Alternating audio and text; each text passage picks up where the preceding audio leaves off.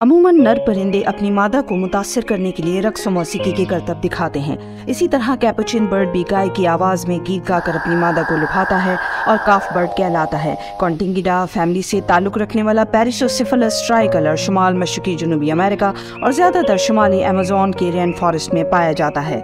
16 inch लंबे इस परिंदे का वजन 340 से 420 ग्राम होता है। गहरे ब्राउन रंग के कैपुचिन बर्ड के पेट का हिस्सा ऑरेंज, दुम सिया और दोनों अतराफ ऑरेंज रंग के पर होते हैं। गिद्ध से मुशाबे इसका भूरे नीले रंग का सर जिस्म की निस्बत छोटा होता है। मैटिंग सीजन में झुंड की शक्ल में दरख्त पर बैठकर कोरस में गीत गाते हैं। नर पहले हवा को सीने में भरता है, फिर गर्दन के अतराफ हवा की थैलियों को फुलाकर और सीना तान कर जो राग अलापता है वो गाय की मुंह और चैन सौ से मिलता जुलता है, लेकिन मादा के कानों में ये आवाज़ सुर घोल देती है। कैपुचिन बर्ड 10 से 20 फीट की बुलंदी पर कप शेप घोंसले बनाकर उनमें अंडे देते हैं। चूजे की देखभाल से घोंसले की मुरम्मत तक का काम मादा अंजाम देती है।